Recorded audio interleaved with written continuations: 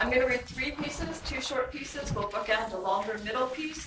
They're from a manuscript called MicroBursts, the subject of which will become obvious.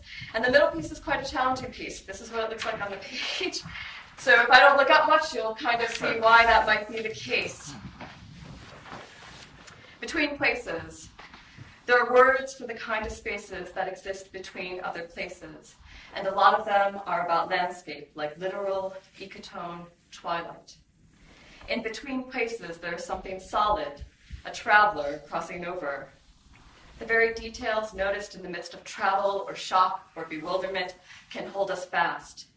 Lost becomes found, the strange settles into a familiar. In the black columns of sky north of where I live, a compass will not work because the magnetic hills disrupt the heart of this simple object that gives direction. In February 2010, I take notes when I'm too tired. The small light on the top of the bureau is not up to the job of illuminating. I whisper, and sometimes in the background, Dad can be heard. This is all I will write of this night, how we listen. On the 16th of October 2013, the conversation with my mom lasts only 3 minutes. By evening, she's unable to speak, and the meds they give her over the next few days are quickly noted and point only towards one thing.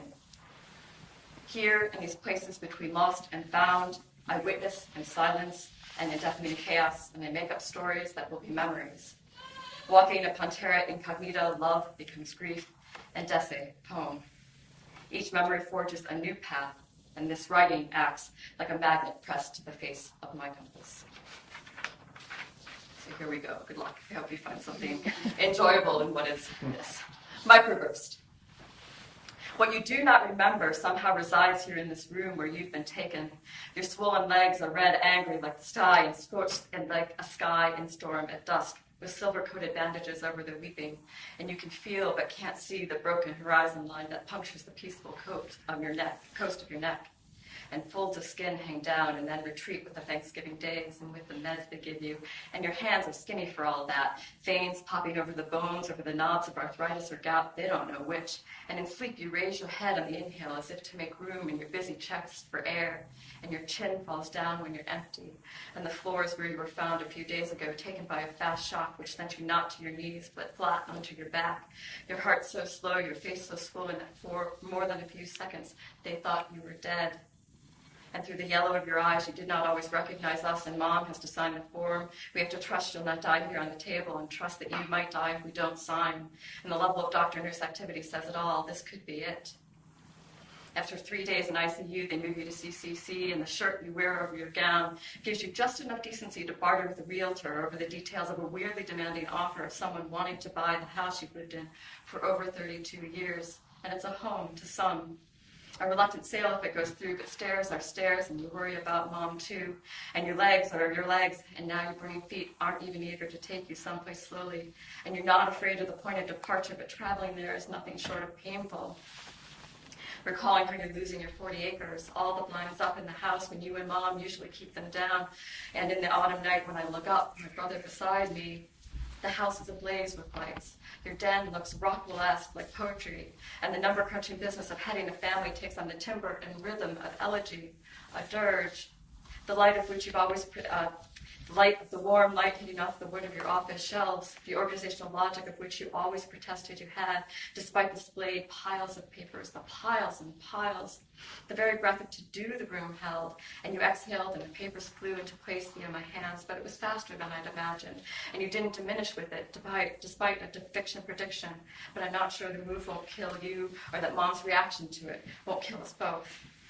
She worries, repeats phrases, the action like rubbing goose between fingers or sunburned skin peeled and worried between fingertips, and sand in an oyster, pearl, pearl, please let it be a pearl, and the irritation will be worth it. For the words, she says, the same words, same order, a loop, she's knitting, her face like a dropped stitch. And Luke, I don't want to sell my house. I don't want to sell. And it is a forced move, but it's not me or Dad or anyone, but this life that doesn't play by the rules or respect the timetables you have in your head. And you've had your share of injustices, and they loop in your head and out your lips, and it's tiring to listen to. Back in August, the streets are flooded, the power is out, and the wind explodes drops of rain into horizontal needles which pierce trees, which give up their limbs, and it's just a moment of extreme force within an ongoing storm. It's an albatross, I yell during the microburst. No electricity, no lights, and the door hits Dad's legs, and there's a sudden jolt back into illness, butted against death as the EMTs come in and track rainwater and storm up through your house, borrowing a flashlight because the lights are out, and they carry him out to the ambulance, and we're imprisoned in the dark house together, and it's crowded with your worry. It's a fucking albatross, I repeat.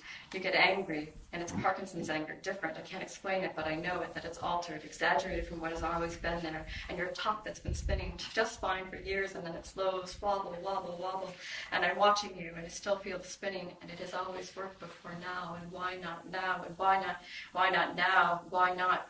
The breaks between the words aren't steady. They're empty, they're filled with the gears of your brain getting stuck, jerking forward. I've always been able, why not now? Because all has changed. Anyone can see it. Strangers see it. How we're all in crisis, how it's a mess, and they see us. Emergency, off kilter, at risk. The storm is steady with sure gusts, and if the falls don't say it clearly enough, the first one in February, the broken foot, and then the next one in April he hid that I'm still not supposed to know about, which now seem minor, and the next one in May, a break as well, a wrist, and then the next one out of bed in the storm in August, in the August heat and bruised ribs, and maybe the hip, opening up the landscape to November's hematoma, and the next one in November, which led him to be lying for hours on the cold floor with infection speed of light, speed of poison plug through him, so his heart was unable even on a good day to do its job, and the cold and the bugs in his blood made it thick, and the cheering section was asleep, and his heart had its own tenacity and kept on beating. His body heating up, his legs so angry, and his eyes yellow with mucus, and sometimes he didn't know who I was or who he was, and it's the worst I've ever seen him.